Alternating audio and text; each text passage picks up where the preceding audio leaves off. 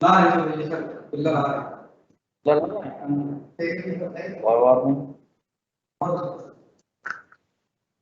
क्या हो गया? अरे चाय हो गया जी। अरे अभी बची कि नहीं थोड़ी है? ठीक है।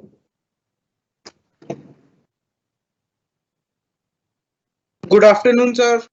आफ्टरनून, क्या हाल है बेटा? Good afternoon sir. Afternoon. Good afternoon sir. Afternoon. आ गए सभी लोग? Yes sir. Yes sir. अच्छी बात है।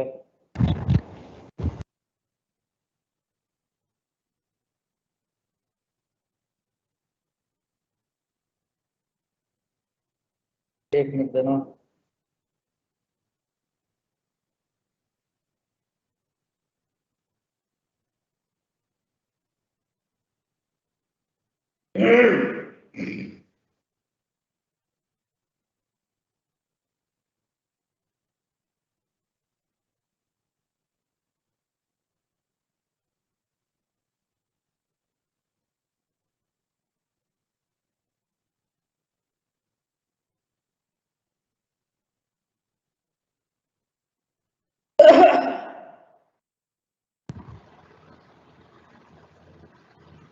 हाँ भाई, सब लोग आ गए हैं।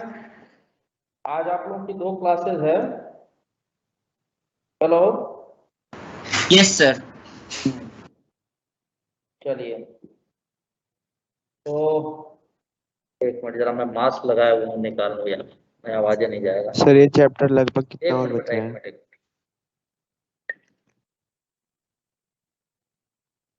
एक मिनट देना।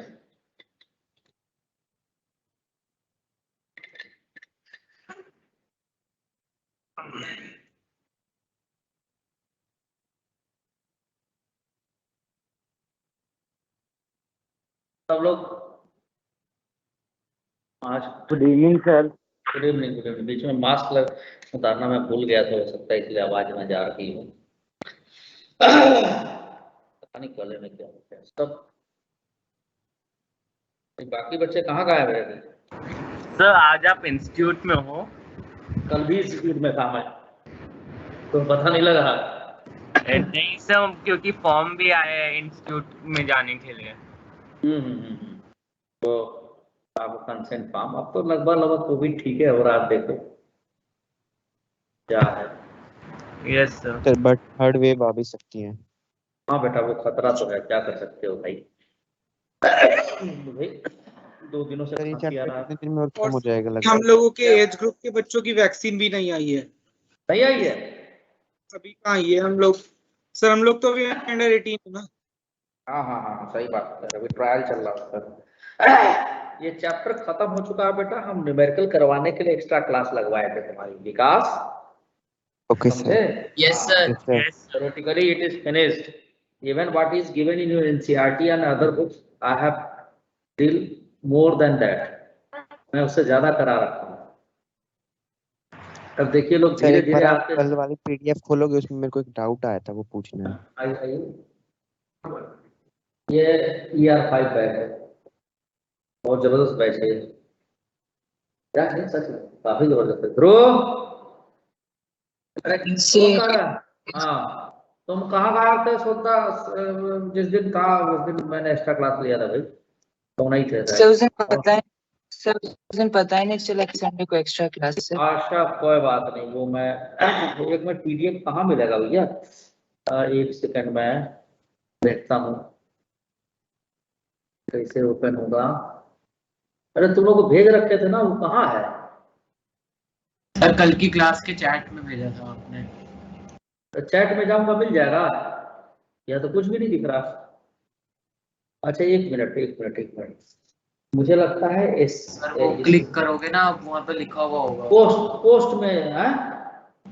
यस सर, फिजिक्स के चैनल पे क्लिक करो, Yes, जहाँ पे sir. मीटिंग चली होगी उसके ऊपर थोड़ी जाओगे तो उसमें कल की मीटिंग दिखा नहीं रहा होगा, दिखा होगा 7 replies from Sanjeev, blue colour के अंदर। सर उस पर क्लिक करोगे तो दोनों दिख जाएंगे। 2 रिप्लाईज आदित्य तिवारी, और ये वो इसी कहीं भी कर दे हम। Yes sir. अच्छा हाँ, ये मिल गया।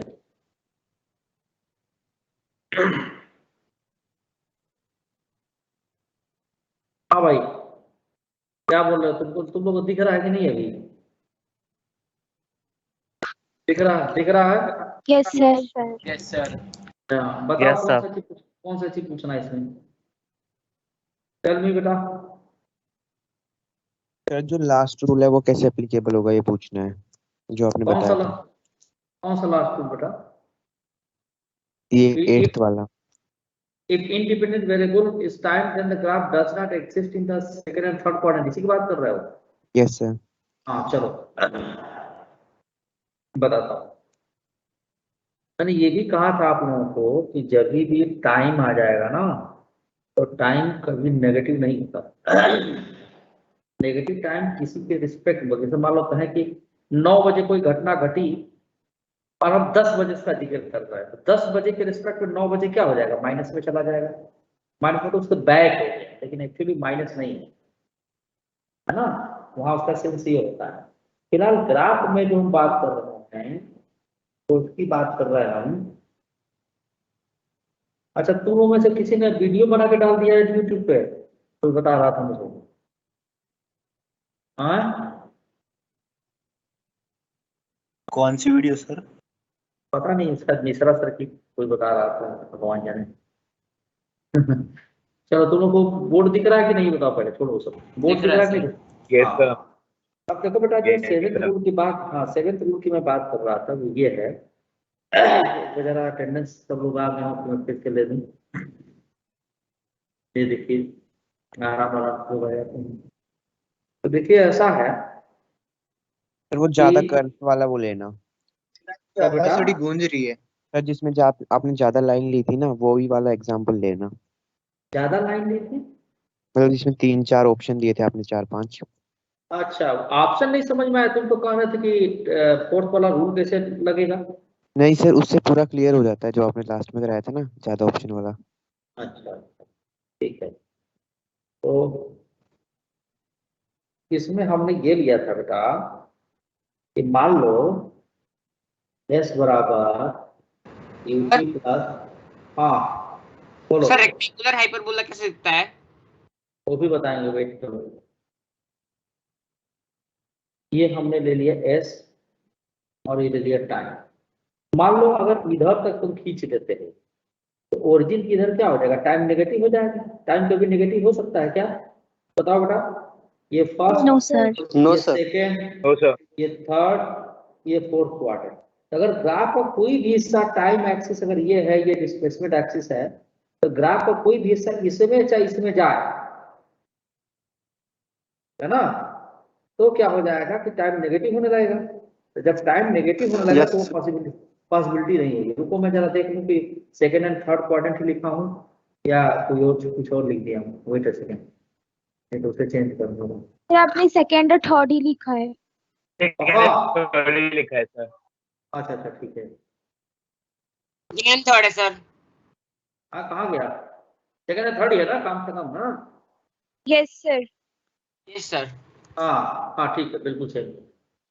तो समझे? तो यहाँ पर क्या हो जाएगा कि आपको फिर ग्राफ एग्जिस्ट नहीं करेगा सेकेंड एंड थर्ड क्वार्टर में, क्योंकि टाइम नेगेटिव हो जाएगा। तो जो भी एग्जिस्ट कर सकता है फर्स्ट एंड फोर्थ क्वाड्रेंट में एग्जिस्ट करेगा। ये बात समझ में आ गई? ये बात समझ में आ गई कि नहीं? Yes sir. Yes, अच्छा, sir. दूसरा देखिए कि अगर हम ये इसका ग्राफ खींचे, ठीक है, ये ग्राफ, ये एक पैराबोला हो सकता है, ये एक पैराबोला हो सकता है, ये एक पैराबोला हो सकता है। अच्छा, इसके लिए क्या चल रहा है? फिर करता हूं क्या?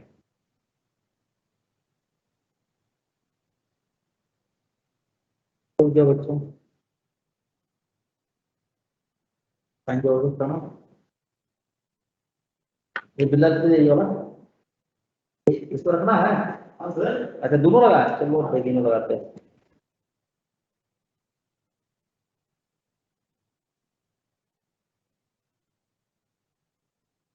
चलिए, तो ये हो सर गया। जहाँ पे भी ये वाली इक्वेशन आएगी तो हम दोनों ऐसे पैराबोला ग्राफ डायरेक्ट बना देना। एक मिनट, कौन पूछा? श्रेष्ठ जैन बेटा, मैं बहुत बार कह रहा हूँ इस तरह से याद नहीं रखना है। अगर टी का स्क्वायर है तो पैराबोलिक कर्व होगा, ये बात समझ लो, समझे? पैराबोलिक कर्व होगा। लेकिन लेकिन लेकिन लेकिन सुन लीजिए बात, लेकिन और भी कई सारी चीजें हैं जो चेक करनी जरूरी है। अगर आप नहीं चेक करेंगे तो आप ग्राफ को गलत कर देंगे, वो मैं बता दूंगा, ग्राफ को गलत कर देंगे। तो इसलिए प्लीज आप चेक किया करिए, ठीक है? हाँ। और किसी ने हैंड रेस किया था, कौन है बच्चा वो? बताओ भाई क्या पूछना था? ठीक है। और देखो, मान लो अगर हम यही कह दें, इसी में एक ऑप्शन हम ये बना देते हैं, यहां से ग्राफ ऐसे स्टार्ट किए, ठीक है, और एक ग्राफ में ऐसा बनाया था, 4 ऑप्शन, ठीक है, ये पहला ऑप्शन है, ये दूसरा ऑप्शन है, ये तीसरा ऑप्शन है, ये चौथा ऑप्शन है। तो पहली बात तो t बराबर 0 पर अगर हम देखें, s बराबर u into 0 plus half a into 0 का स्क्वायर, दिस गिव्स 0। यानी कि थर्ड वाला ग्राफ तो वैसे ही डिस्कार्ड हो गया क्योंकि ओरिजिन से शुरू नहीं हुआ। अब बच गया first, second and fourth. First, second and fourth के लिए कैसे एग्जामिन करेंगे? तो हम इसको डिफरेंशिएट कर दें। तो जब डिफरेंशिएट करेंगे बेटा, तो ये हो गया ds बाई dt, क्या डिस्प्लेसमेंट तो वेलोसिटी देगा। हाँ हो गया, देखिए दो लगा लेते हैं। हाँ राइट, ठीक है, इसमें लगाएंगे ना। अरे यही ठीक है भाई, क्या हो जाता है, ऐसा लग रहा है कि वो घर लेके जाएगा, ये जो फील आ रहा है वो वहां थोड़ी जाता है। अच्छा ठीक, चलिए लगा लेते हैं। तो जब हमारे एक विशेष सर हैं,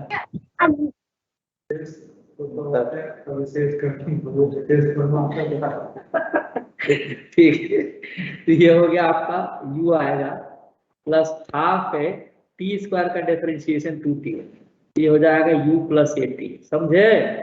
अब देखो बेटा, गलती नहीं होनी चाहिए, इसके लिए एक एक बात को ध्यान रखो। ds बाई dt ये वेलोसिटी बता दिया, तो t बराबर 0 पे स्लोप बताएगा, टेंजेंट का स्लोप। तो t बराबर 0 रखोगे तो u plus a into T जब 0 को क्या है u। अब देखो अगर हम यहाँ पर टेंजेंट ड्रा करते हैं, यहाँ पर इस पे, तो इसका टेंजेंट तो t बराबर 0 पे 0 वाला फर्स्ट इक्वेशन का, तो यानी फर्स्ट वाले ग्राफ, यानी ये वाला क्या हो गया, ये भी गलत है।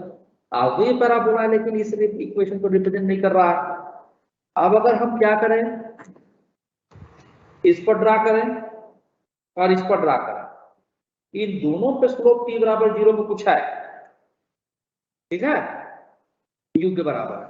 तो अब सर हमने फर्स्ट वाला क्रॉस किया, थर्ड वाला क्यों किया? थर्ड वाला इसलिए किया कि t बराबर 0 पे s की वैल्यू 0 आ रही है, लेकिन थर्ड के लिए t बराबर 0 पे s की वैल्यू कुछ है, 0 नहीं है, इसलिए थर्ड वाला इस वजह से गलत हो गया। और सर फर्स्ट वाला इसलिए गलत है क्योंकि t बराबर 0 पे स्लोप 0 इसका है, जबकि t बराबर 0 पे स्लोप की कुछ वैल्यू है, u है, और इसमें स्लोप की वैल्यू 0 है, इसलिए फर्स्ट वाला गलत हो गया।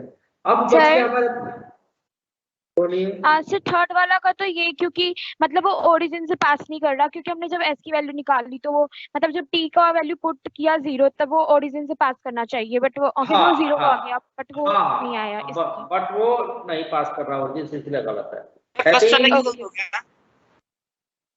क्या चीज? फर्स्ट वाला ग्राफ कैसे गलत हो गया सर? अरे राणा तुम थोड़ा स्लोप नहीं आई ना उसकी।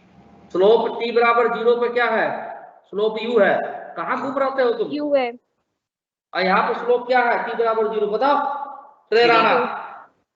0 क्लास खुलने दो, तुमको आने दो, तो श्रेय राणा सब लोगों को पोटेंशियल एनर्जी देता हूँ, तब सीख जाओगे जल्दी जल्दी, ठीक है श्रेय राणा, समझ में आ गई बात? Yes sir. श्रेय राणा, यस सर। हाँ, तो अब बच गया सेकेंड और फोर्थ। सेकेंड वाले में भी कुछ स्लोप की वैल्यू है, फोर्थ वाले में भी है, तब इसमें कैसे डिटरमाइन करेंगे हम? अब देखिए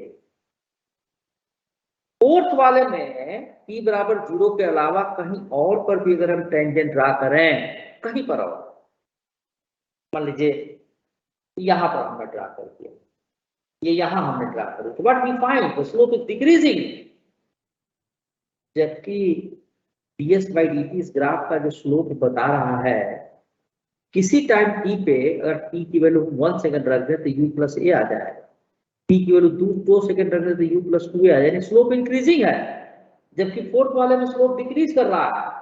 यहाँ थीटा की वैल्यू ज्यादा, यहाँ थीटा की वैल्यू और ज्यादा, उससे कम यहाँ, उससे कम यहाँ, और आगे बढ़ाएंगे तो और कम होता चला जाएगा, यानी फोर्थ वाले में स्लोप डिक्रीजिंग है, इसलिए ये गलत है, जबकि इसमें स्लोप क्या इंक्रीजिंग है। कौन सा ऑप्शन सही है? सेकंड।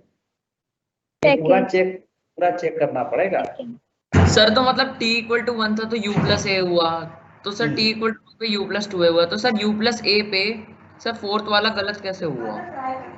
फोर्थ वाला गलत ऐसे हुआ कि पहले देखो इसका स्लोप ये था ना, यहाँ मान लो एंगल थीटा 1, ठीक है, t बराबर 0 पे, t बराबर 1 सेकंड पे एंगल आ गया थीटा 2, t बराबर 2 सेकंड एंगल आ गया थीटा 3। बताओ theta 1 greater than theta 2 is greater than theta 3 है या नहीं है? बताओ, देख के बताओ। है sir. Yes sir. Yes sir.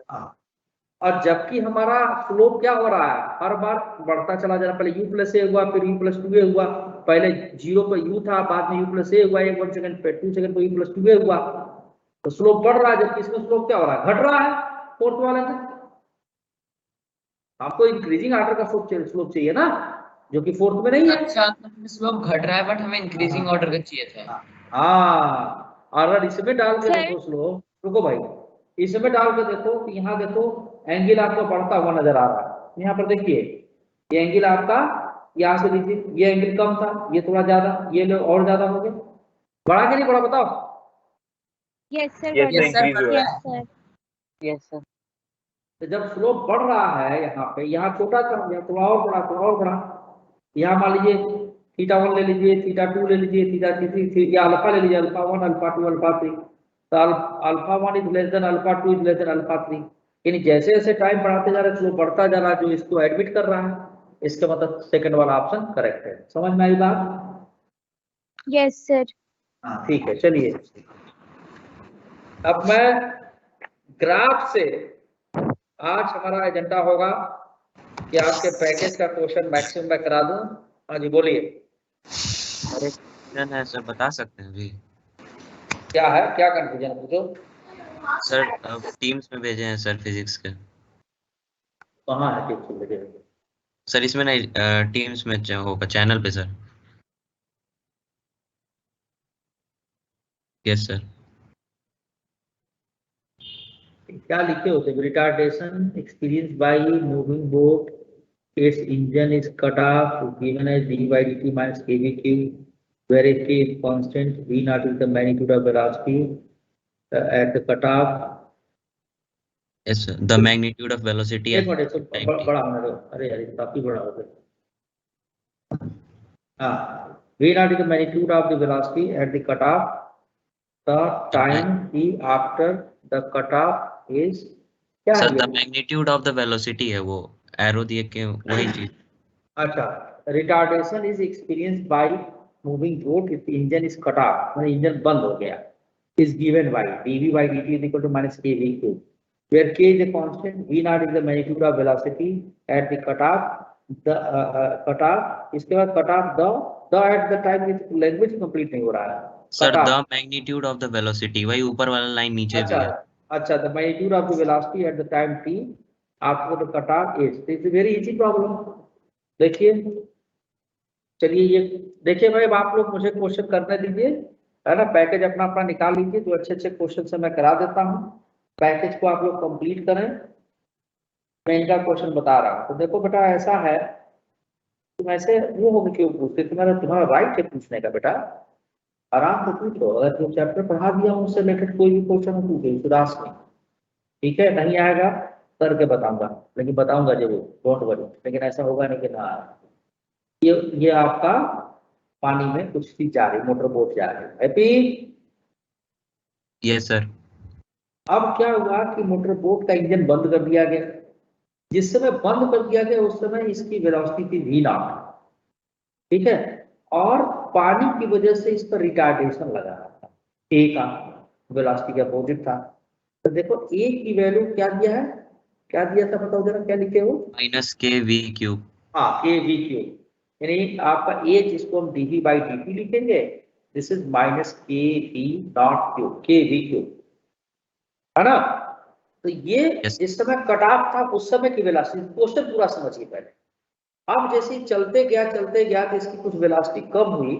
जब वेलोसिटी कम हुई तो कम होने के बाद इस नाव की वेलोसिटी जिस समय v थी उस समय का ये एक्सेलरेशन दे रखा, रिटार्डेशन दे रखा जिस समय इसकी वेलोसिटी v थी। अब हम इसी को क्या कर सकते हैं बेटा कि dv is equal to dv के नीचे हम इसको लेके आवे, v क्यूब को लेके आवे और ये हो जाएगा k dt with minus sign.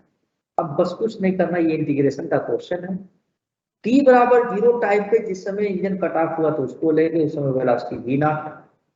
किसी टाइम t पे इसकी वेलोसिटी v हो गई थी, तो जब इसको इंटीग्रेट करोगे T0 सर ये कैसे हुआ? जिस समय कट ऑफ था इंजन जो है आपका बंद हुआ था उस समय के टाइम को इनिशियल टाइम मान लिया, उसको 0 टाइम मान लिया। समझे बात को?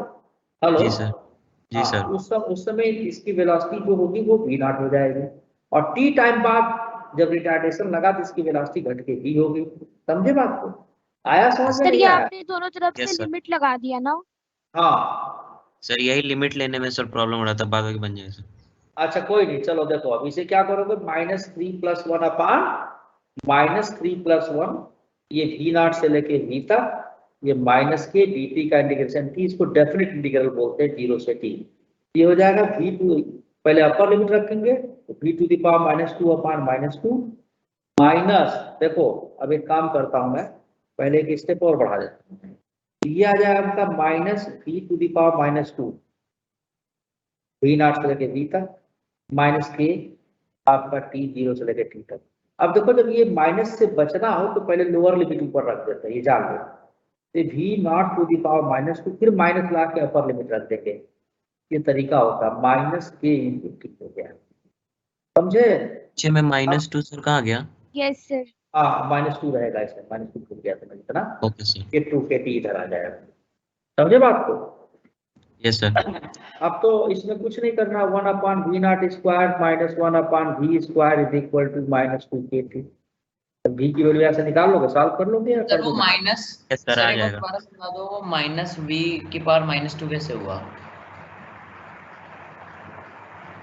यार ये अच्छा फॉर्मूला, -2 को ऊपर ले लिया, ठीक है हाँ -2। भाई, अरे भाई ये होता है फॉर्मूला यार, ठीक है, ये इंटीग्रेशन में पढ़ा रखे हैं बेटा, ठीक है। n is not equal to -1, अगर ये इनडेफिनिट इंटीग्रल है तो यहाँ कांस्टेंट लगा दोगे और लिखोगे n is not equal to -1। चलिए नहीं सर मैं ये नहीं पूछ रहा था, सर मैं ये कह रहा था कि जो सर माइनस का साइन पहले लगा हुआ है ना, -v⁻−। अच्छा चलो चलो एक काम करते हैं, तुम्हारी बात को रखने के लिए पहले मैं इस तरह से नहीं करता, ये माइनस रहने ही दो, ठीक है। पहले अपर लिमिट रखते हैं ना, अपर लिमिट क्या है, तो -v⁻², फिर minus of v⁻², is equal to -kt। इसी को मैंने पहले लिख दिया तो माइनस तो माइनस प्लस हो जाएगा। समझे? Yes sir. अब 2 को क्रॉस मल्टीप्लाई कर दो तो -v⁻/2 -v²/2 is equal to -kt। ये 2 को उधर लेके चले जाओ तो v⁻² - v² is equal to -2kt। ये भी माइनस था, ये माइनस था, ये 1/v⁻² -1/v² is equal to -2kt। Solve कर लीजिए इसे, बढ़े आगे। लिमिट्स कैसे ले ली ये समझ नहीं आ रहा यहाँ पे। वाकई में मानना पड़ेगा, कैसे क्या लिमिट कैसे ले लिए? तो रुक जाओ, तुम कॉपी कलम पढ़ना मत, ठीक है,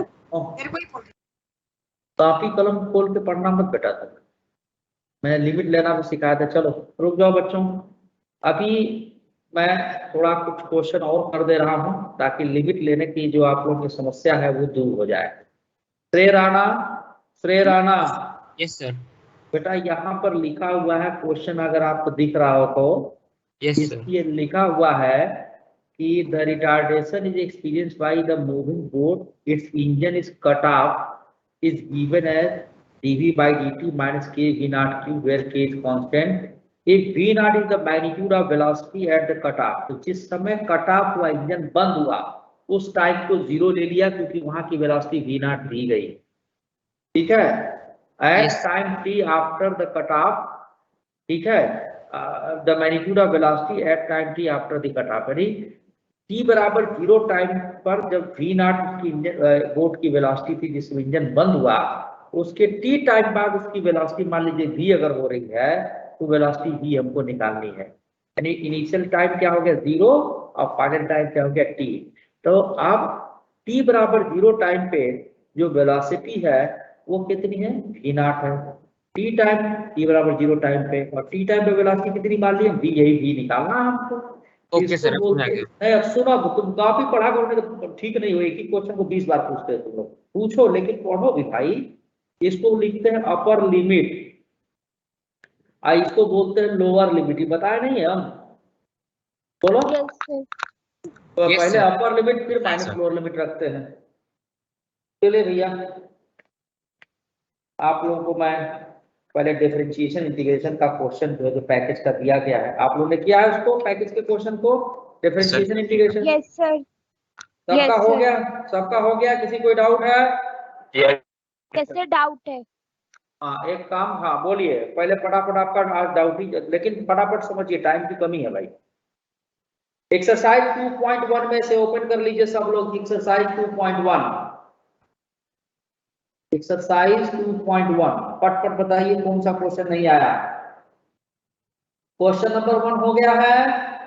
यस सर। Yes sir. किसी कोई दिक्कत? No sir. अरे बोल, चलो बाय। क्वेश्चन नंबर 3 बता दो। हाँ 3 भी बताऊंगा, 2 भी बताऊंगा। यस सर, क्वेश्चन नंबर 3 बता देना। चलो अब चुप रहो सब लोग, 1 2 3 4 5 तीनों बताता हूँ, चुपचाप देखो। एक बात जान लो, आगे चल के वेक्टर पढ़ोगे, वेक्टर से करना बड़ा आसान होगा, जो क्वेश्चन नंबर 1 है, फिर भी थोड़ा सा मैं आपको बता देता हूँ, ठीक है। वेक्टर में अब एक बात समझो, ये डायरेक्शन, ये एक्स एक्सिस है, या इसको ईस्ट की तरफ बोलेंगे, एक्स एक्सिस मतलब ईस्ट, एक्स डैश एक्सिस को बोलेंगे वेस्ट, वाई एक्सिस को बोलेंगे नॉर्थ, वाई डैश एक्सिस को बोलेंगे साउथ। एक्स एक्सिस के तरफ यूनिट वेक्टर आई होता है, यूनिट वेक्टर का मतलब जिसका मैग्नीट्यूड 1 हो, डायरेक्शन एक्स एक्सिस की तरफ या ईस्ट की तरफ हो। वेस्ट की तरफ यूनिट वेक्टर हो गई, आगे पढ़ाऊंगा मैं, ये अभी इस चैप्टर में है नहीं, माइनस आई। नॉर्थ की तरफ यूनिट वेक्टर जे होता है, यानी वाई की तरफ, और साउथ की तरफ यूनिट वेक्टर माइनस जे कैप। हाँ अच्छा, एक बात और जान लीजिए, एक और चीज मैं बताना चाहता हूँ साथ में, इसी को कॉन्टेक्स्ट में रखते हुए। अब अगर किसी क्वेश्चन में बोल दिया जाए नॉर्थ ईस्ट, नॉर्थ में कुछ ऐसा बोल दिया जाए, जैसे ये आपका नॉर्थ, ठीक है, ये ईस्ट, ये साउथ, ये वेस्ट, अगर बोल दिया नॉर्थ ईस्ट, नॉर्थ ईस्ट मतलब ये डायरेक्शन, ये सॉरी ये डायरेक्शन, ये डायरेक्शन ऐसे देखिए, तो देखो इस वाले क्वाड्रेंट में गिरेगा जिसको बोलेंगे नॉर्थ ईस्ट, यानी ये एंगल 45 डिग्री, ठीक है, ये एंगल 45 डिग्री है, ये क्या बोलेंगे साउथ वेस्ट बोलेंगे। और अगर ऐसे दे दिया जाए, यहाँ पर ऐसे दे दिया जाए तो क्या नाम दोगे आप लोग बताओ तो सोच के जरा। South south east. अब देखो यहाँ से, हाँ ठीक है, इस तरफ जो यूनिट वेक्टर होगा वो हो जाएगा I plus J divided by root 2, north की तरफ I cap plus J cap divided by root 2 होगा, और ये इसके ठीक अपोजिट है, जब अपोजिट है तो इस तरफ क्या यही माइनस लगा देंगे, I plus J divided by root 2, ठीक है। इस तरफ होगा, इधर देखो जे पॉजिटिव इधर आई नेगेटिव है, तो क्या लिखोगे J minus I divided by root 2, और यही इसका माइनस इस साइड होगा, minus J minus I divided by root 2, ये ऐसे होगा, या इसी को माइनस से मल्टीप्लाई कर दे, I minus J divided by root 2, याद रखिए, याद रखना है। तो जो पहला क्वेश्चन है इसमें देखो, क्वेश्चन पहला जो है वो बेटा इससे सॉल्व करोगे तो बहुत आसानी होगा। A person moves 30 metre north, मान लो x1 दे दिया गया है वेक्टर 30 मीटर नॉर्थ, 30 जे लिख देंगे मीटर, समझ में आई बात। देन 20 मीटर ईस्ट, यानी x2 दे दिया है, ईस्ट मतलब आपका क्या हो गया 20 आई कैप मीटर हो जाएगा, 20 ठीक है, ठीक है। 30√2 साउथ वेस्ट यानी x3 साउथ वेस्ट किधर लिखे, ये है कितना है ये 30√2 साउथ वेस्ट, तो माइनस यहाँ लगा दो इसका वाला माइनस, तो हो जाएगा I plus J divided by √2 metre, तो √2 से √2 कैंसिल। अब डिस्प्लेसमेंट कहा गया तो x1 plus x2 plus x3 add कर दो, पर ये क्वेश्चन किसमें देना नहीं चाहिए, अगर दे दी तो कोई बात नहीं। 30j प्लस 20i और माइनस 30 से मल्टीप्लाई करो तो माइनस 30i माइनस 30j। अब देखो minus 30j plus 30j cut गया, माइनस 10i, तो माइनस किस तरफ होगा, वेस्ट की तरफ, तो नेट डिस्प्लेसमेंट कितना 10 मीटर वेस्ट लिख देंगे, यानी कौन सा आंसर हो गया। सर एक बार ये बता दो आई जे क्या रिप्रेजेंट कर रहे हैं, आपकी आवाज कट गई थी बीच में। यूनिट वेक्टर डायरेक्शन को, I unit vector the direction vector का रिप्रेजेंट अलोंग एक्स एक्सिस या ईस्ट के तरफ, ऊपर लिख दिए हम।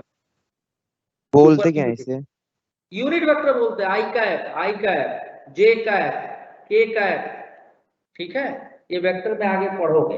सर इसको नॉर्मल तरीके से कर सकते हैं? हाँ नॉर्मल तरीके से भी कर सकते हैं, स्केल पेंसिल रिकॉर्ड डालो काम खत्म, आ जाएगा,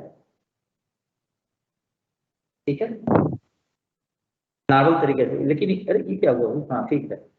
सेकंड क्वेश्चन सबसे हो गया, सेकंड क्वेश्चन जल्दी यस बताओ। Sir, yes sir.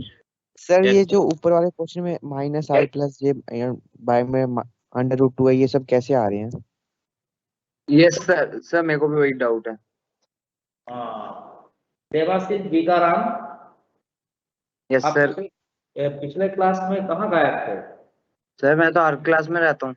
अच्छा रहते हो, चलो देवाशीष जी देखो,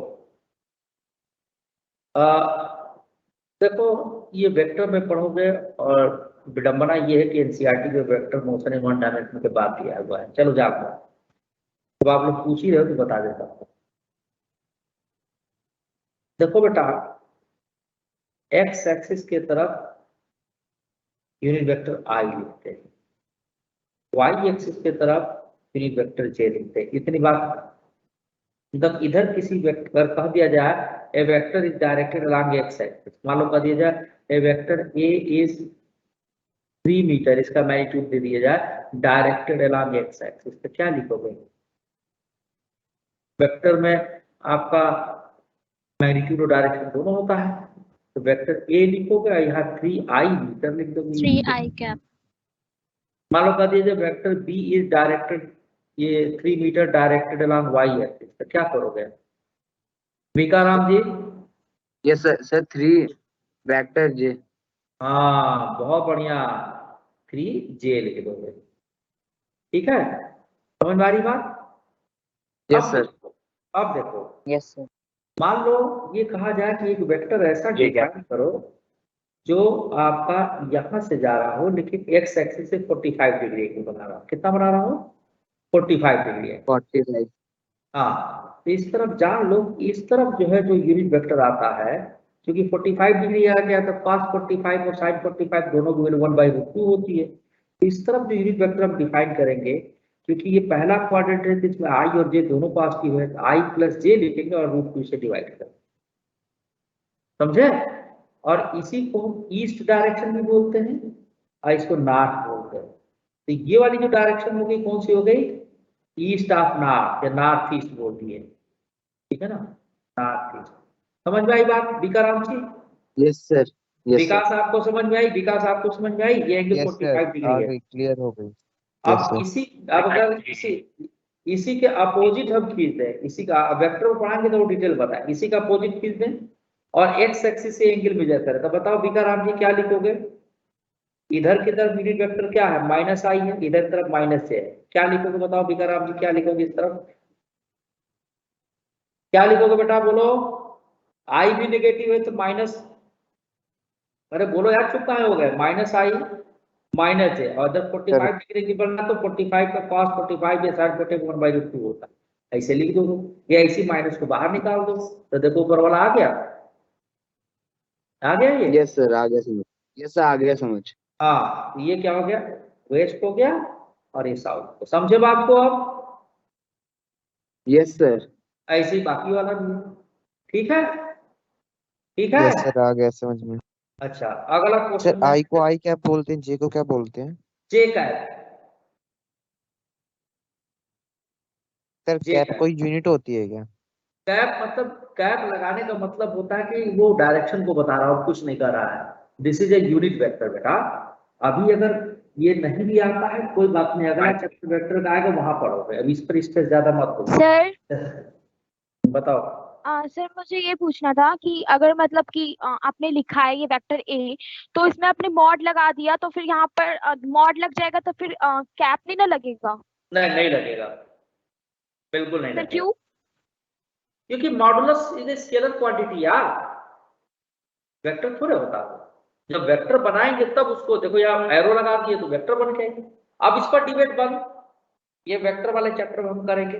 ठीक है। Sir okay page sir. Change कर यस दो। Sir, yes yes sir. Sir. हाँ, यस सर, क्योंकि आप पेज चेंज कर दो।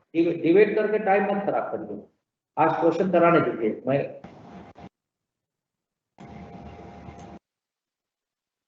कॉपी कलम लेके बैठिए और फटाफट करते चलिए। देखिए क्वेश्चन नंबर 2 जो है आपका, वो भी मैं बता देता हूँ। हो गया क्या है सर, आपका? आसान है। अच्छा, आसान है। हाँ हाँ, average speed yes sir. a car moves a distance of 200 meter.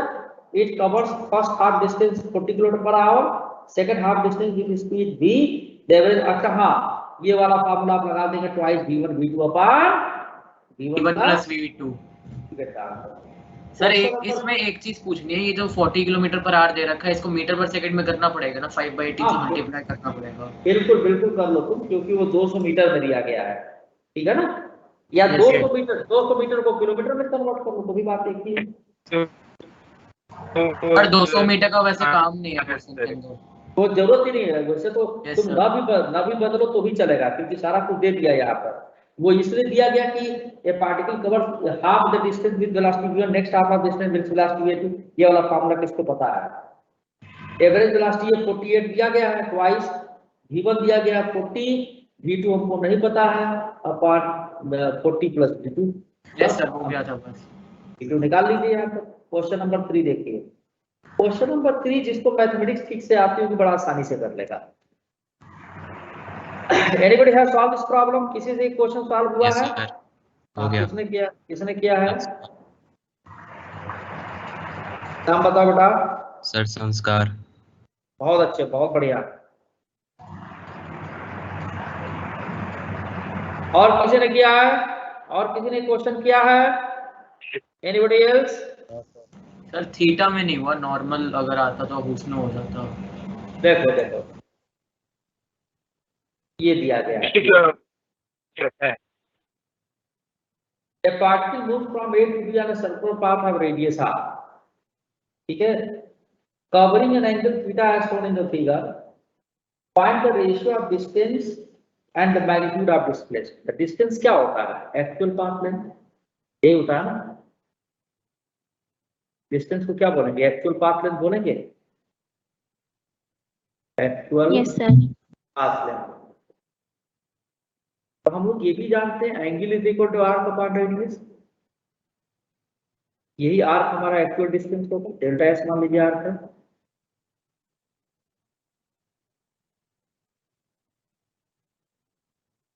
तो यहाँ पर एंगल थीटा है, आर्क हो गया डेल्टा एस, रेडियस हो गया आर, यही डेल्टा एस आपका डिस्टेंस हो गया, आर इंटू थीटा, ये डिस्टेंस हो गया आपका। डेल्टा एस किसको बता रहा है? डिस्टेंस को। This represent the distance. और डिस्प्लेसमेंट क्या होता है? Shortest path length. Radius. No, ये हुआ इनिशियल से फाइनल पॉइंट को मिला जाए, ध्यान रखिए, ये हो गया। ये डिस्प्लेसमेंट होगा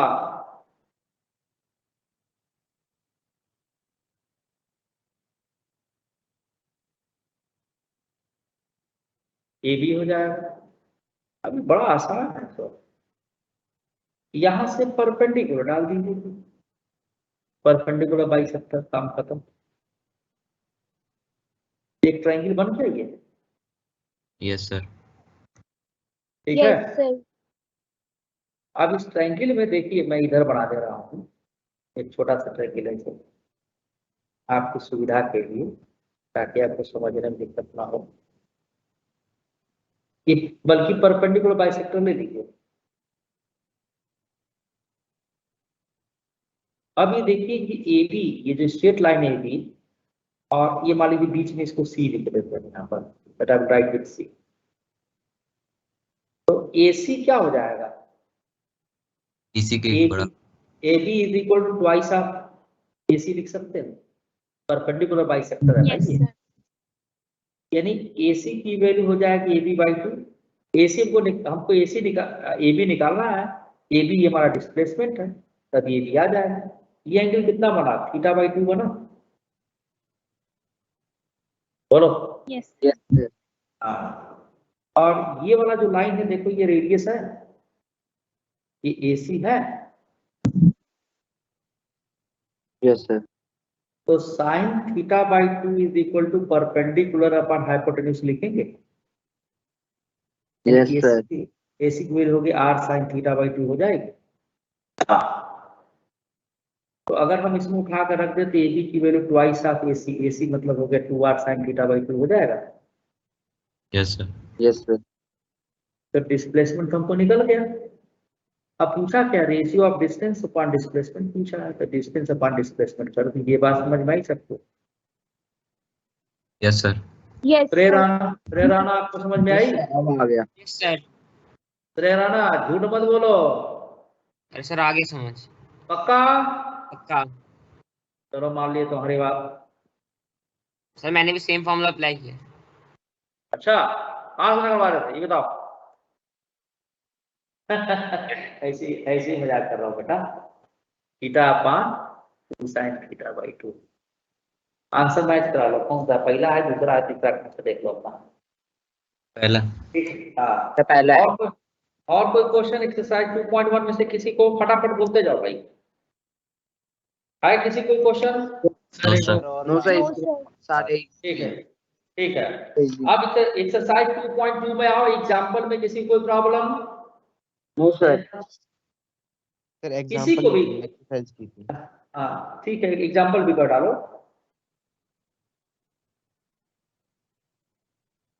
एक्सरसाइज 2.2 पूछो, इसमें से कोई दिक्कत किसी की क्वेश्चन में?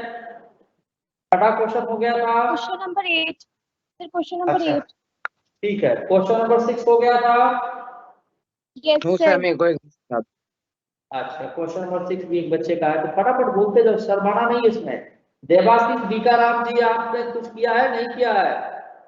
ये सर क्वेश्चन नंबर 6 मैंने ही बोला है। तुमसे नहीं हुआ था? नो सर नहीं हो रहा सर, कहीं बीच में अटक जा रहा हूँ।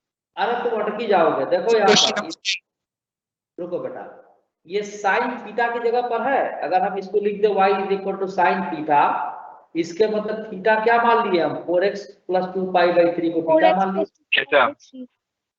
और हमको निकालना है dy/dx।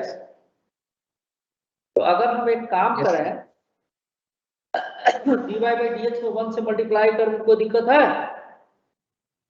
No sir. 1 को dθ/dθ लिख दे तो कोई दिक्कत है? No sir. इनकी जगह को आपस में एक्सचेंज कर दे और इसको लिखे कि dy/dx is equal to dy/dθ into θ/dx। को कोई दिक्कत है क्या?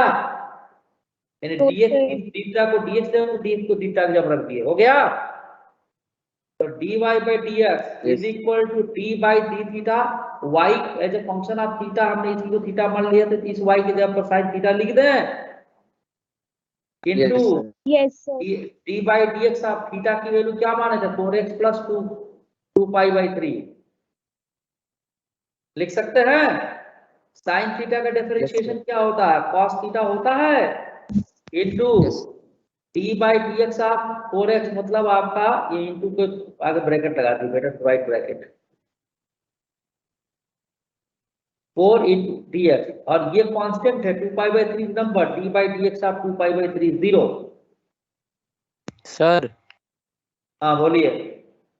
सर y sin थीटा के इक्वल था, इसका dy/dx निकाल के वो जो माइनस cos थीटा के इक्वल हो जाएगा, और फिर थीटा की जगह पर वैल्यू रख के ऐसे कर सकते हैं?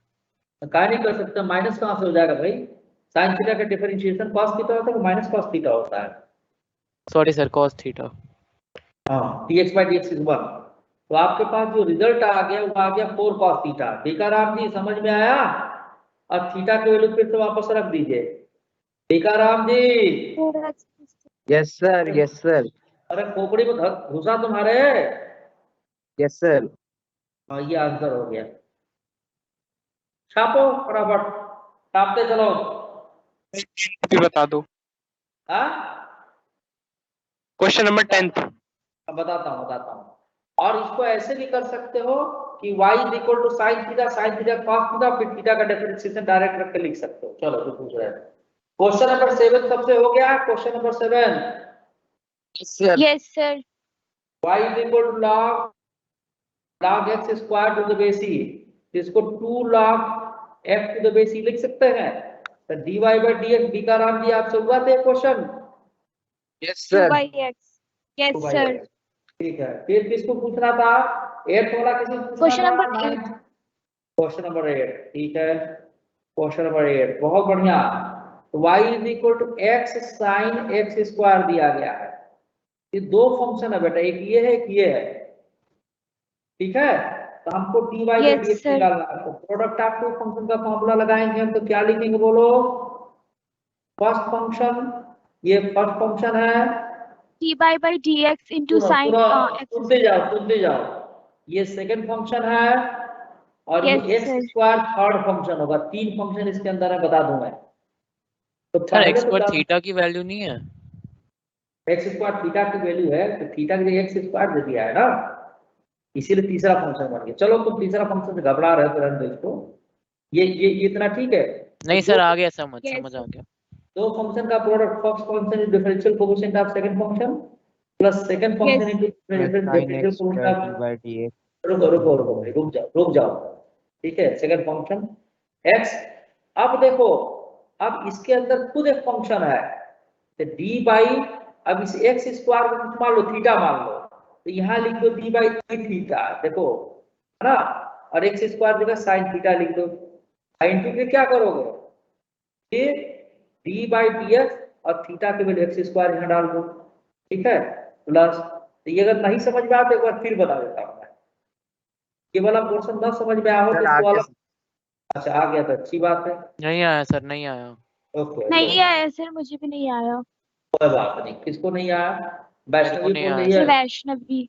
हाँ मानस, ठीक है मानस। देखो, अगर मान लो y इज इक्वल टू, तुम इसको ये समझो कि साइन x स्क्वायर होता, तो x स्क्वायर को थीटा मान लें हम, यस तो sir. y is sir, equal to ऐसे ही साइन किया थीटा था। लिख दिए, तो dy बाई डी थीटा निकालेंगे तो क्या आएगा? cos थीटा आएगा। यस सर, ऐसे ही किया यस बिल्कुल। सर। और D theta by D x लिख दोगी, और थीटा की वैल्यू यहाँ पर क्या है बोलो? X square. X square. तो एक्स स्क्वायर का differential 2x into cos theta. Yes sir. अब ये वाला वैल्यू उठा करके इसके डिफरेंशिएशन, इस पूरे डिफरेंशिएशन जब ये जो रखे रख दीजिएगा, x हो गया इनटू ये वैल्यू कितनी आई? 2x इनटू cos थीटा की वैल्यू क्या माने थे? x स्क्वायर, यहाँ लिख दीजिए x square plus sign x square D by D x of x is 1। अब इसको ऐसे भी समझ सकते हो, देखो ये डिफरेंशिएशन आपका हो गया। अब इसको ऐसे भी समझ सकते हो बच्चों, ऐसे भी देखो, लिखने बड़ा आसानी से लिख सकते हो, तो याद भी रहेगा। फार्मूला छोड़ करके मान लो x is equal to sine x square ऐसे दे दिया गया, तो पहला स्टेप पे डी बाई डी एक्स कैसे लिख दो? First function into differential coefficient of second function sine x square, ठीक है, plus second function into differential coefficient of first function. इस वाले में तो कोई दिक्कत है नहीं। अब इस वाले में कैसे याद रखना? सुनो, इस वाले में कैसे याद रखना है कि पहले तो साइन एक्स का डिफरेंशिएशन करो। साइन एक्स का डिफरेंशिएशन क्या होगा बताओ? एक्स के रिस्पेक्ट में cos x होगा। Yes sir. एक्स एक्स की जगह पर क्या दिया गया? एक्स की जगह क्या दिया है? सुन लो, एक्स की जगह क्या दिया है? एक्स स्क्वायर लिख देंगे, ठीक है, और फिर एक्स स्क्वायर का डिफरेंशिएशन कर दो, इसको मल्टीप्लाई कर दो, एक्स स्क्वायर डिफरेंशिएशन क्या होगा? 2x होगा। ऐसे याद रखो तो ज्यादा अच्छा रहेगा। पहले इस पूरे साइन एक्स का कर दिए तो साइन एक्स का cos x, और x की जगह फिर एक्स स्क्वायर दिया गया है तो cos x स्क्वायर हो गया, फिर x स्क्वायर डिफरेंशिएशन कर दो 2x आ जाएगा। तो क्या आ जाएगा बता? 2x cube into cos x square plus sine x square. Vaishnavi समझ में आया? यस सर समझ गई। इसको भी लिख दो ऐसे ही 2x cube into 2x square होएगा ना? अच्छा हाँ स्क्वायर होगा, x है ना, गलती से लिखिए 2x square into cos x square, ठीक है, प्लस साइन किया जाएगा। और किसका क्वेश्चन है? क्वेश्चन नंबर 10 कौन पूछ रहा था? सर प्रणव। देखो बेटा, इसमें दिया है position of the particle depends on the time according to the relation. Relation क्या दिया कि x इज इक्वल टू 3t मीटर पर सेकेंड, उसकी यूनिट दिया गया है, यूनिट लिखो चाहे मत लिखो चलेगा, माइनस 1 मीटर पर सेकेंड, 1 लिखने की जरूरत नहीं, जो टी स्क्वायर सिंपली लिखो, ऐसे लिखो। इसमें पूछा स्पीड ऑफ द पार्टिकल, ठीक है ना, तो पहले हम निकालेंगे dx बाई dt, ये स्पीड बता देगा। इसका डिफरेंशिएशन करेंगे जब हम कि x की जगह पर 3t माइनस टी स्क्वायर लिख दो। अगले स्टेप में d बाई dt आप 3t minus d by dt आप 3 minus 2t। हाँ 3 minus 2t।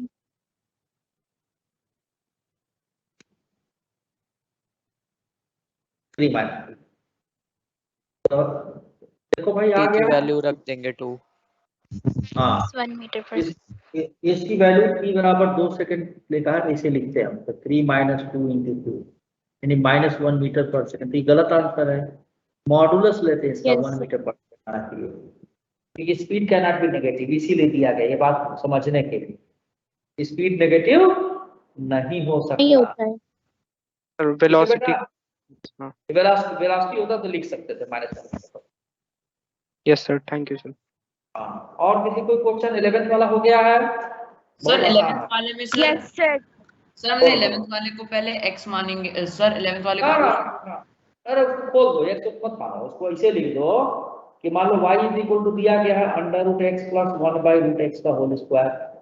ये तो बहुत आसान क्वेश्चन है, इसका एक्सपेंशन कर दो, रूट एक्स का स्क्वायर कर दो, x आ जाएगा, a square plus b square, ये भी x आ गया, प्लस 2a इंटू b, ये कट गया। अब dy बाई dx निकाल दो, x का डिफरेंशिएशन 1 बाई एक्स का कितना हो जाएगा, इसको ऊपर ले जाओ, x to the power minus 1 हो जाएगा, ये आ जाएगा माइनस x to the power minus 2, और ये 2 बचा 2 का डिफरेंशिएशन 0 हो जाएगा। बता गया आंसर मेरा। हाँ, इसी को आप लिख सकते हैं dy बाई dx को लिख सकते हैं 1 माइनस 1 बाई एक्स, पहला आंसर आएगा। ठीक है, हेलो यस सर। आइए इंटीग्रेशन का क्वेश्चन पर आ जाइए। इंटीग्रेशन सर हमें पहले इसका होल स्क्वायर करके सर उसको फिर dy बाई dx करेंगे। हाँ, वैसे तो चाहो मान के भी कर सकते हो तुम, ऐसा नहीं है, जैसे तुम कह रहे थे ना कि सर इसको ऐसे कर ले, हम यही कर रहे थे ना, इसको लेट कर लो root x plus 1 by root, बहुत सारा तरीका है बेटा, इसको जेड मान लो, तो वाई इक्वल टू क्या हो गया, जेड स्क्वायर हो गया। हमको निकालना है dy बाई dx, इसको क्या लिख सकते हैं, dy by dz into dz by dx, चलेगा, वो भी रिजल्ट वही आएगा। तो d बाई dx y की वैल्यू जेड स्क्वायर टर्म है, जेड स्क्वायर लिख दो इंटू d बाई dx आप z, तो z की वैल्यू कितनी माने हम, root x plus 1 by root x, कर लो डिफरेंशिएट। ठीक है, ऊपर कर दीजिए। कर रहा हूँ, एक मिनट इसको लिख देना दो।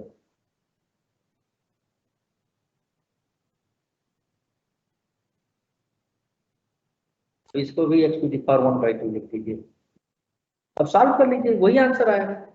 ठीक है सर, ऐसे डायरेक्ट क्वेश्चन डिफरेंशिएट या फिर इंटीग्रेट करने के आ सकते हैं पेपर के अंदर? हाँ जी बिल्कुल आएंगे, क्यों नहीं आएंगे, कोई दिक्कत है? नहीं सर, पूछ रहा था सिर्फ। बस हाँ ठीक है, घबराओ मत, सब हो जाएगा। तो ऐसे भी एमसीक्यू होने वाला है पूरा। अरे यार नॉलेज के पीछे जाओ, एमसीक्यू आया चाहे सब्जेक्टिव आया चाहे कुछ आया, कॉन्फिडेंट रखो अपने आप के ऊपर। मान लो पहला पेपर खराब हुआ, कोई बात नहीं, नेगेटिव थॉट नहीं मन में आना चाहिए, सीखने की लालसा रहेगी तो आगे बढ़ सकते। यस हाँ देखो बेटा एक बात बता दो, नंबर किसी की इंटेलिजेंसी का पैरामीटर नहीं है, ये यूनिवर्सल ट्रूथ बात है। सर एक बार नीचे कर दो। Number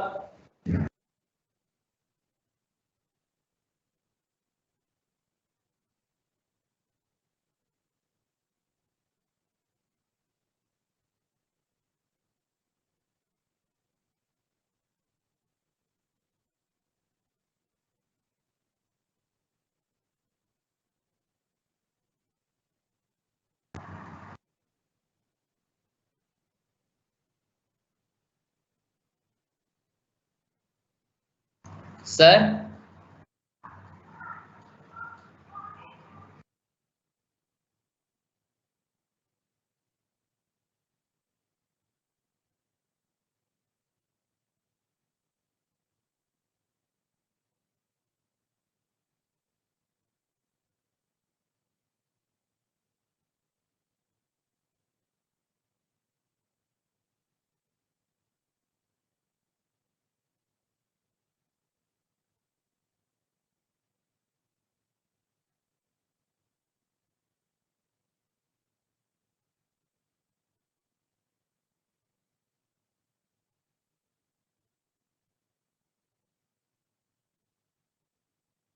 hello hello hello.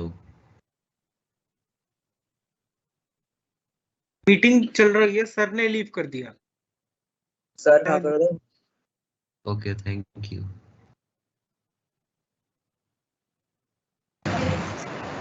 Sir का नेटवर्क का शायद से। शायद सर को नेटवर्क इशू हुआ है इसलिए उन्होंने लीव कर दिया।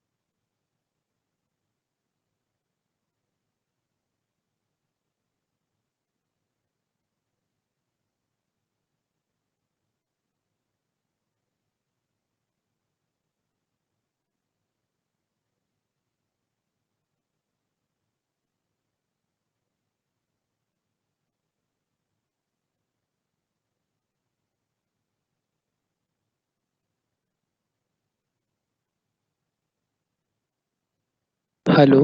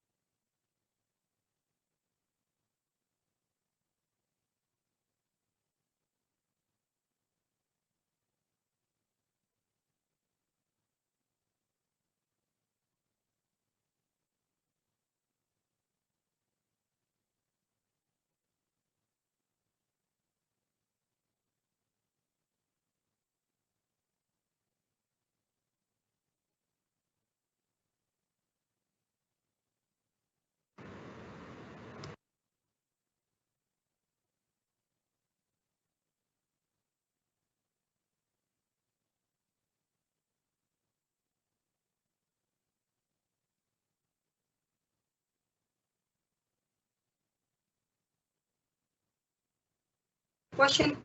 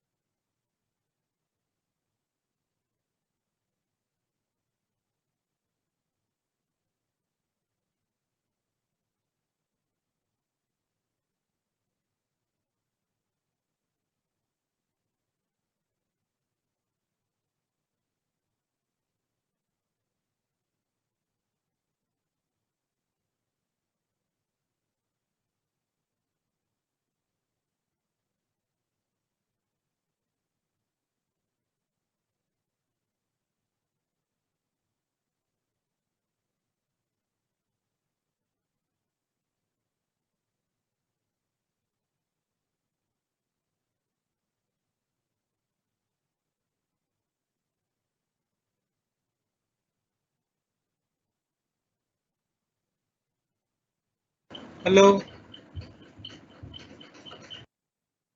किसी के पास सर का नंबर है? हाँ मैं उन्हें कॉल कर रहा था, उनका अनरीचेबल पे आ रहा है।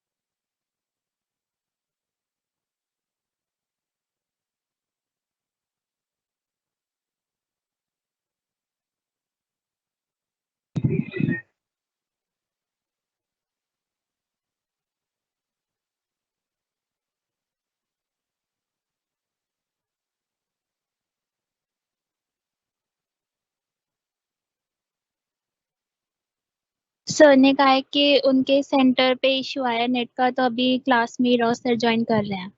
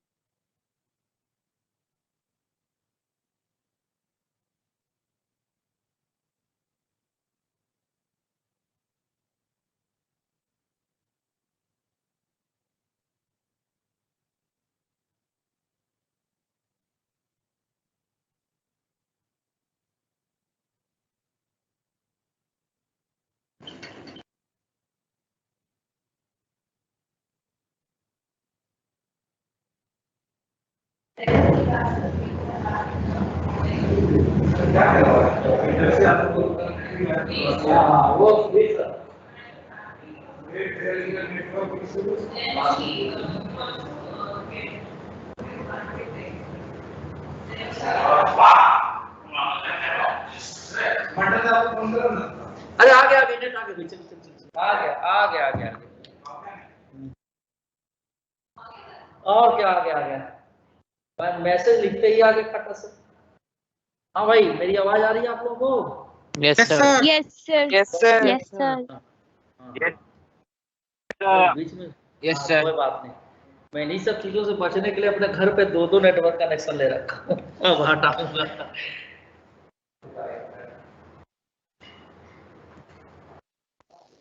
नेटवर्क चला गया था सर। हाँ, टेक्निकल इशू तो कहीं पर भी आ सकता है।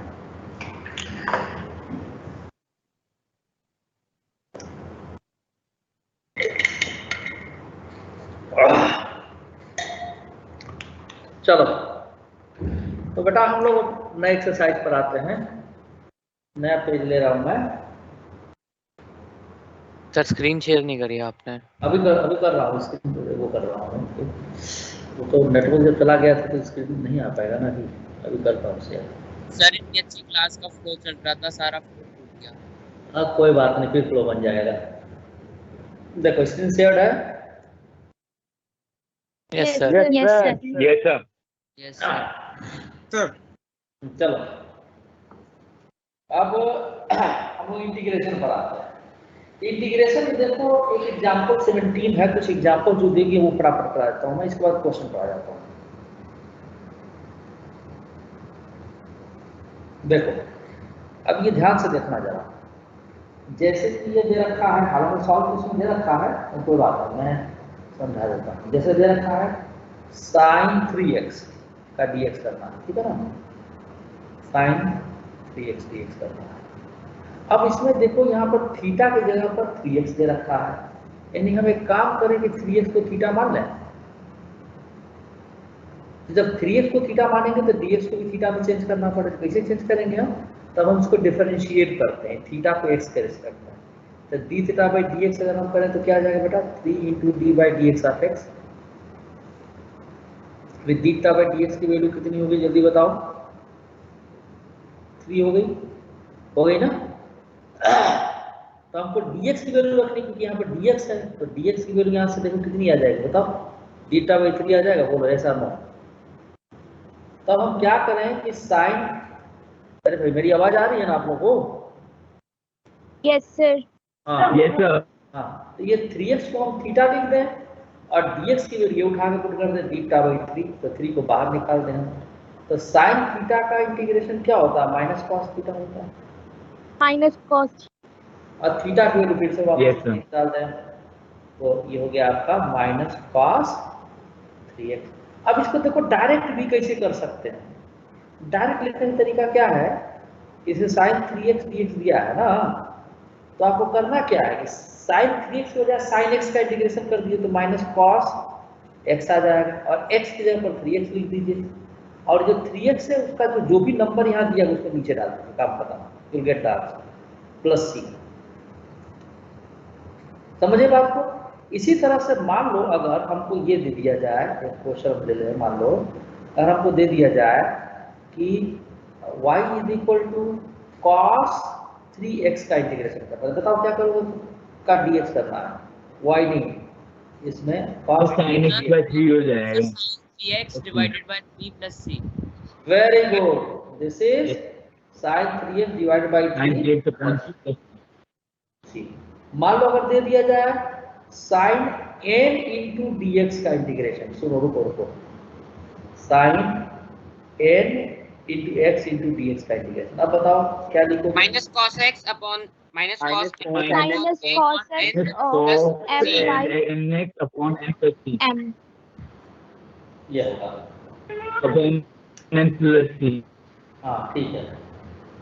अब जैसे मान लो जो एग्जाम्पल नंबर 19 है आपके पैकेज में, ये मान लो दे दिया गया 3x plus 6 to the power 7। एक काम करते हैं हम, पहले इसको हम कर देते हैं, जैसे ax plus b to the power n दिया गया है, ये फार्मूला है, ठीक है। तो हम क्या करेंगे कि लेट कर लेंगे इसे। क्या लेट कर लेंगे? कुछ भी मान लो इसको, ax प्लस बी को हम z मान लें, समझो, ठीक है। और एक काम करें हम, क्योंकि z x का फंक्शन है तो dz बाई dx कर दें।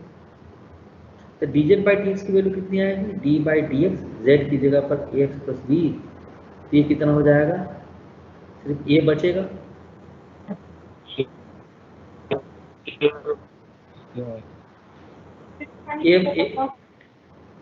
कौन बोल रहा है बेटा? dz बाई dx की वैल्यू a आ गई।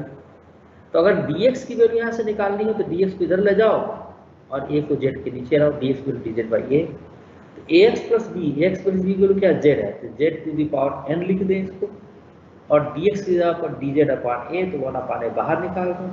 और फिर पावर फंक्शन वाला फॉर्मूला पता है, x to the power n dx is equal to x to the power n plus 1 upon n plus 1, ठीक है कि नहीं? हाँ, तो ये हो जाएगा आपका z to the power n plus 1 upon n plus 1 plus integration constant c। अब z की वैल्यू आप रख दीजिए यहाँ पे। z की वैल्यू क्या माने थे हम? ax प्लस b माने थे, to the power n plus 1 upon n plus 1 plus integration constant c ऐसे आ गया। समझ में आ गई बात? ये बात सर यहाँ पे हम डिफरेंशिएशन क्यों कर रहे हैं पहले? यहाँ पे हम डिफरेंशिएशन क्यों कर रहे हैं पहले? बता रहा। ये बताओ, यहाँ x दिया है, dx दिया है। Yes sir. तुम कहीं ऐसा तो नहीं सोच रहे हो कि भाई इसको हम z मान लें और यहाँ रख दें z to the power n और यहाँ dx रख दें? ऐसा तो नहीं सोच रहे हो? बोलो ऐसा नहीं तो गलत है। No sir. क्यों?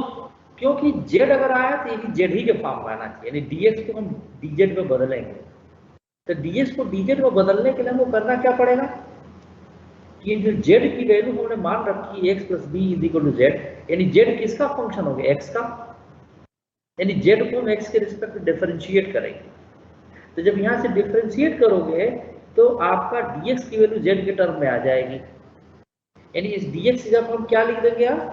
dz बाई a, इसलिए हमने डिफरेंशिएट किया। समझे बेटा? Hello? Okay sir. Sir dz by a आया, a का क्या हुआ? ये बाहर निकाल दिए इंटीग्रेशन साइन के, अंदर रखना चाहो अंदर रखो, आपकी इच्छा है। देखो ना सर, हाँ सर मैं ये पूछना चाह रही हूँ कि मतलब अगर हम यहाँ पे आपने जैसे जेड मानकर किया, हम लोग उसे डायरेक्ट भी कर सकते हैं ना, मतलब जो है जिसके सेंस में करना है, जिसके रिस्पेक्ट में करना है उसे डायरेक्ट। अरे भाई स्कूल में अगर सब्जेक्टिव पेपर होता तो डायरेक्ट आप लिखती तो नंबर नहीं मिलता।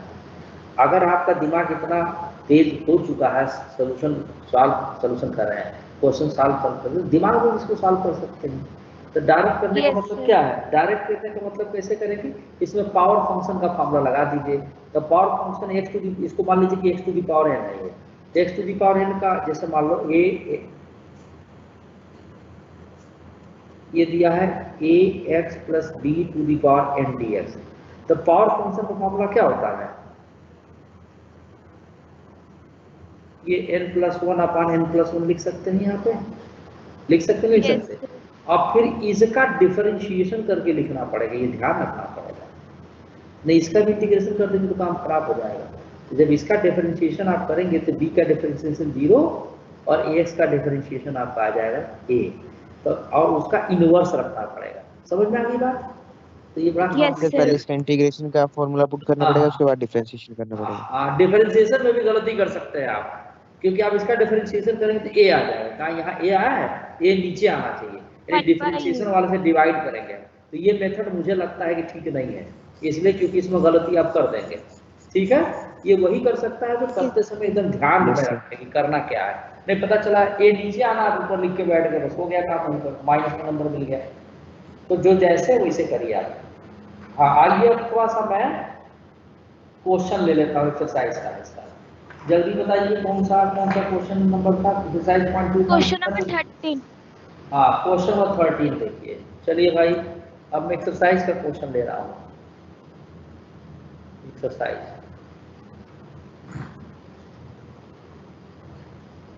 सर इंटीग्रेशन की तो आप सारे मेन करवा ही दीजिए, क्योंकि हमने वहाँ पे एग्जांपल नहीं लिए थे। एग्जांपल क्या दिए थे बेटा? सर जब आपने फॉर्मूले लिखवाए थे ना, तो वहाँ पे आपने बोला था कि अभी कराएंगे एग्जांपल के साथ। हाँ ठीक है, सर 16 पे बता देना। वो सब एक लाइन से बता दे आपको। कर दूं इसको सारा, कर दूं एक लाइन से? यस सर समझ में आ यस सर कर दो। Question number 12। क्वेश्चन नंबर 12 देखो क्या दिया गया है, 1/√x dx। तो क्या हम इसको ऐसा लिख सकते हैं, x टू दी पावर -1/2। ऊपर ले जाके इसके x to the power -1/2 dx लिख सकते हैं बेटा।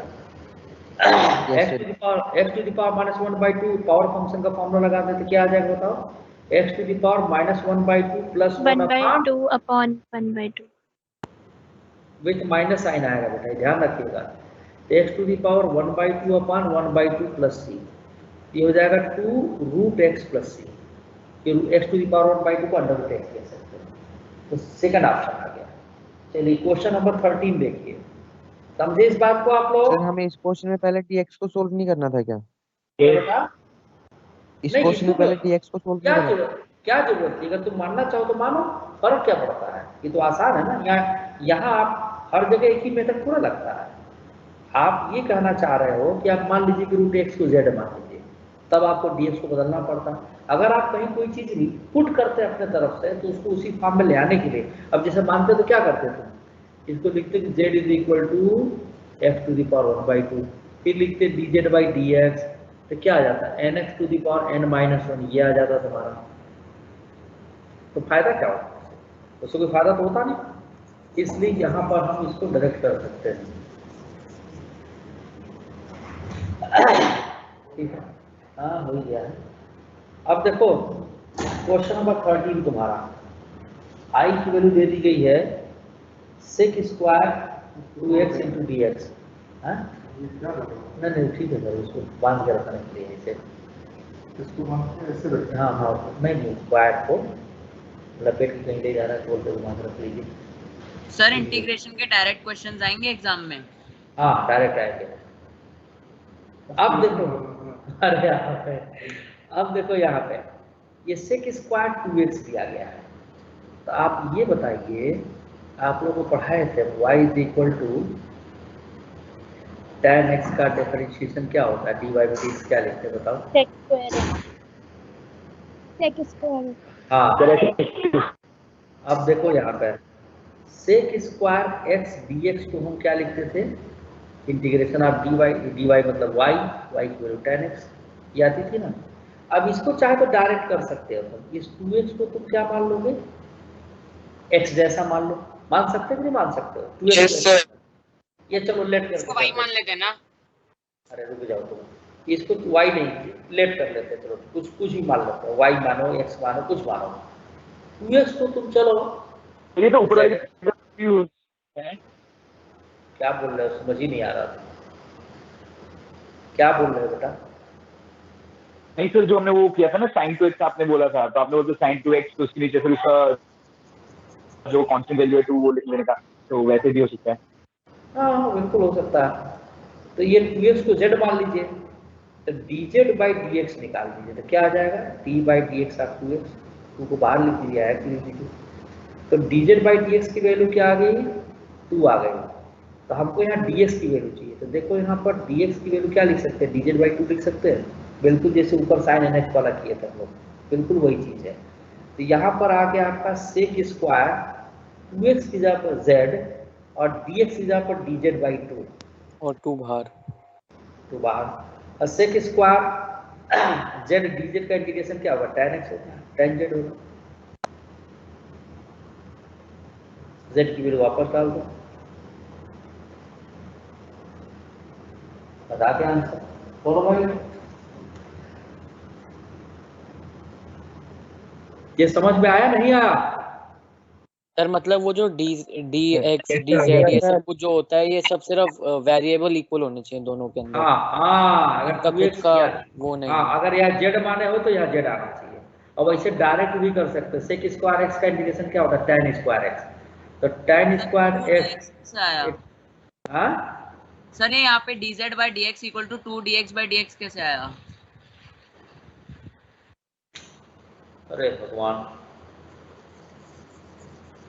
लो सर भाई पहले एक बार आप डायरेक्ट बता दो। सर आप डायरेक्ट वाला बता दो। एक मिनट d/dx और z की वैल्यू 2x है, तो 2 को क्या करेंगे, हम बाहर लिख देंगे और dx/dx 1 हो जाएगा, ये 2 हो गया, यानी dz/dx की वैल्यू क्या आ गई सर राम 2, तो dx की वैल्यू क्या लिख सकते हैं, dz/2। समझे समझे बालक? बोलेगा यस सर, यस। अब डायरेक्ट वाले में क्या करना है कि इसको sec स्क्वायर x मान लो। तो हम जानते हैं कि sec स्क्वायर x dx का इंटीग्रेशन tan x होता है कि नहीं होता है? बोलो, और प्लस c होता है कि नहीं होता है? तो भैया अब यहाँ x की जगह पर क्या दे दिया गया? x स्क्वायर दे दिया गया है, तो अब इसको क्या लिख दिए? tan x स्क्वायर लिख दीजिए, सॉरी स्क्वायर नहीं दिया, कितना दिया? 2x दिया है। हाँ हाँ, तो 2x दिया है। हाँ, तो इसको tan 2x लिख दीजिए, और ये जो 2 यहाँ पर है, जो नंबर आया है उससे डिवाइड कर देते हैं और कुछ नहीं करते हैं, बस ये ध्यान रखिए आप लोग, समझे? डायरेक्ट लिख सकते हो उसे। सर आपकी नेक्स्ट क्लास है आज इसके बाद? हाँ, नेक्स्ट क्लास है, इसके बाद नहीं, इसके बाद के बाद, यानी 6:25 से आगे। Yes sir. तो थोड़ा टाइम कम किल कराएंगे आप लोग, फटाफट में सॉल्व करते चलूंगा आगे। ये चैप्टर खत्म, ये टाइम खत्म हो गया कि है अभी टाइम? सर हो सर गया। खत्म हो गया सर। तो आज सिर्फ आप मतलब टारगेटिंग क्वेश्चंस करेंगे? हाँ सर पीडीएफ पोस्ट कर दो, पीडीएफ Okay, पोस्ट sir, कर दो, thank you, पहले sir. पीडीएफ पोस्ट कर दो। अच्छा। सर ये जो है sir direct method sir sec square 2x का आ जाएगा tan 2x/2, तो सर ये nx/2 वाला ही तो फॉर्मूला है ना? बिल्कुल। तो सर डायरेक्ट ही सही है। सर अभी आप कंटिन्यू करवा दो इससे अच्छा क्लास 6:15 तक, क्योंकि आपकी क्लास है। नहीं, इसके बाद मेरी एक दूसरी क्लास है बेटा, अच्छा मैं करा देता, दूसरे सब्जेक्ट दूसरे बैच की क्लास है।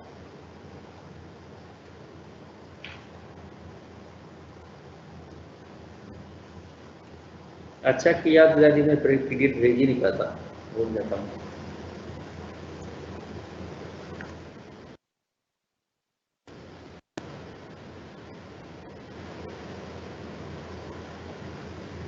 लो भाई क्या, लेकिन मैं मैथमेटिकल टूल्स बहुत ज़्यादा पढ़ाना चाहता हूँ तुमको। चलो करूँगा, थैंक यू। कभी extra thank you sir. Okay, thank you बेटा। Bye sir. Thank you.